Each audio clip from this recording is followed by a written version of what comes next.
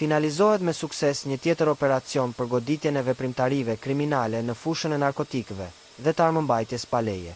Gjatë operacionit të koduar implicazione, u sekuestruan 2 armë zjarri, municion luftarak, lëndë narkotike, qindra fara dhe fidan kanabisi. Vihen në pranga 2 shtetas, vëllezër që prodhonin dhe shitnin kanabis, si dhe posedonin armët e zjarrit.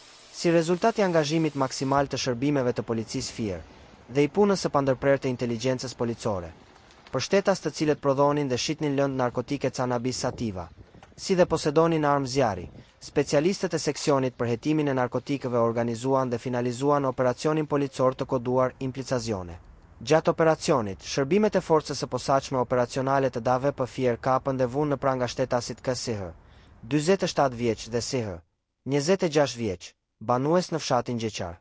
Shtetasi SH, sapo ka konstatuar shërbimet e policisë, ka tentuar të largohet me vrap, por është kapur menjëherë nga ndërhyrja e shpejtë e shërbimeve të policisë. Gjatë kontrollit fizik, shtetasit SH ju gjetën doza kanabisi, të cilat i shiste në fshatin ku banonte. Nga kontrollet e kryera në banesën e këtyre shtetasve, në fshatin Gjeqar, u gjetën dhe u sekuestruan në cilësinë e provës materiale.